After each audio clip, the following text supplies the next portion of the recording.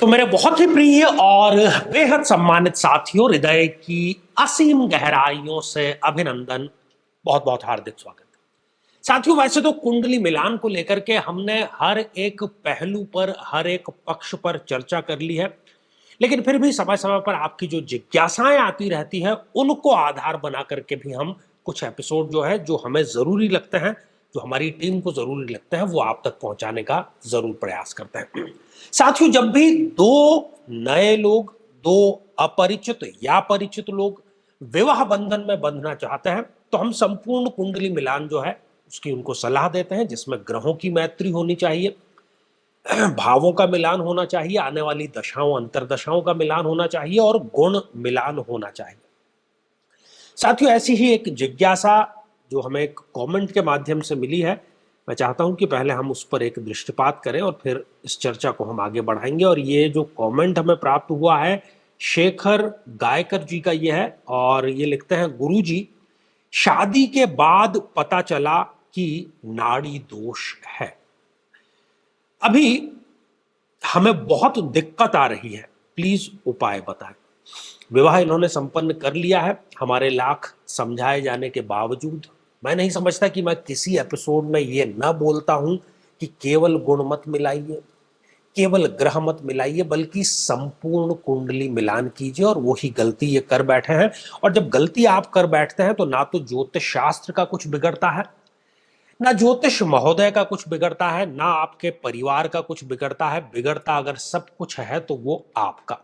साथियों, कई वर्षों के जन्म पत्र का अध्ययन और लाखों कुंडलियों के अध्ययन के बाद हम ये कह सकते हैं कि यदि किसी की जन्म पत्रिका में सूर्य पीड़ित है, तो उसको इस ग्रह की महादशा में इन 9 लक्षणों का, इन 9 कष्टों का, पीड़ाओं का अवश्य सामना करना पड़ता है।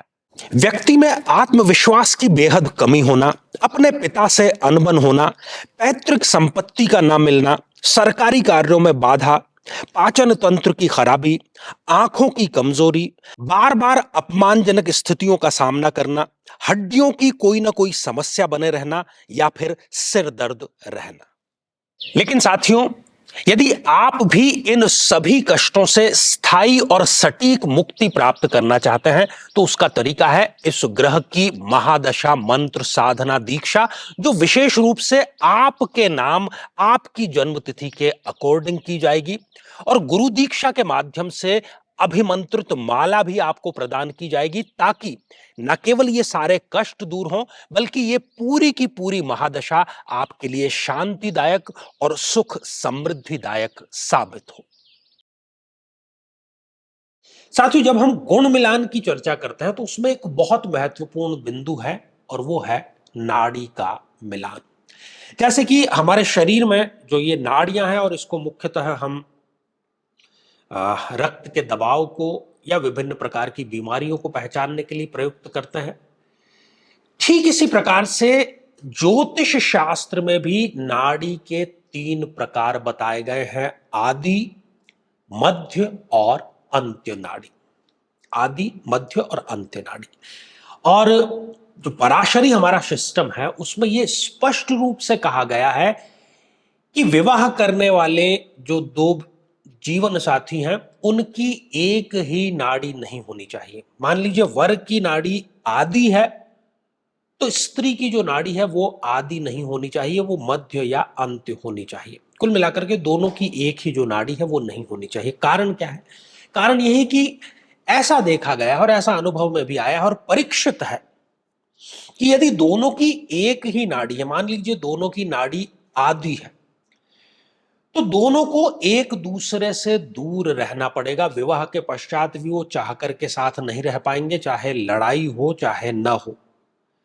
कई बार तो बिना लड़ाई के भी उनको अलग रहना पड़ता है। किसी की जॉब दूसरे शहर में है, दूसरे की दूसरे शहर में है। जो मध्य नाड़ी है उसके बारे में यह मान्यता है कि यदि दोनों की ही मध्य नाड़ी हो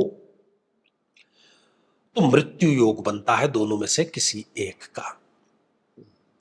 तीसरी, यदि दोनों की ही अंत्य नाड़ी हो तो जीवन बहुत दुखपूर्ण होता है। आर्थिक समस्याएं, सामाजिक समस्याएं, मानसिक समस्याएं, शारीरिक समस्याएं, जीवन तो साथ में उनके कट जाएगा, लेकिन समस्याओं को उनको अपने साथ में ही रखना पड़ेगा।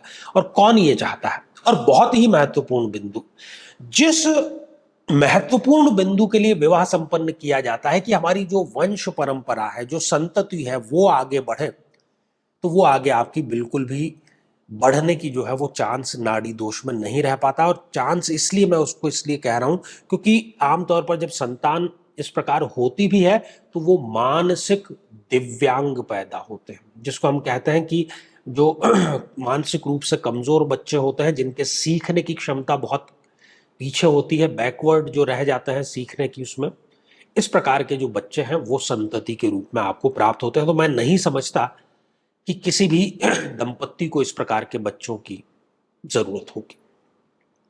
अब इनके मूल प्रश्न पर आते हैं कि अब क्या किया जाए। तो कई लोगों की यह समस्या है कि जिनको विवाह के पश्चात पता चला नाड़ी दोष है, तो अब क्या किया जा सकता है? तो अब ये किया जा सकता है कि महामृत्युंजय मंत्र, अब ये महामृत्युंजय मंत्र तीनों ही, कोई भी आपकी नाड़ी हो, आदि हो, मध्य हो, अंत्य हो, मृत्यु का भय मध्य में अधिक रहता है, लेकिन सेपरेशन को भी ये टालेगा और जितने आपके दुख हैं उसका भी ये निवारण अवश्य कर देगा। तो विद्वान पंडित से और वैदिक रीति से आप दोनों के ही नाम से जब महामृत्युंजय मंत्र का अनुष्ठान किया जाएगा, उससे ही ये नाड़ी दोष जो है वो शांत हो सकता है। इसके अन्यथा इसका कोई उपाय नहीं है। तो साथियों, मैं समझता हूं कि ये जो जानकारी है वो आपको समझ में भी आ गई होगी और आगे आप इसमें समझदारी पूर्वक कार्य करते हुए और संपूर्ण कुंडली मिलान करके ही विवाह संपन्न करेंगे।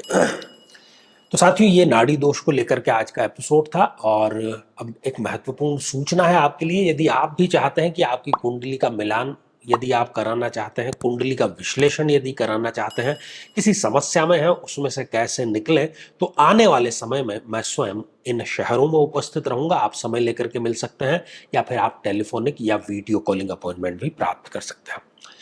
साथियों, आज के लिए केवल इतना ही, और इसी मंगल कामना के साथ में कि आप सभी स्वस्थ, समृद्ध और शांतिपूर्वक जीवन व्यतीत करें।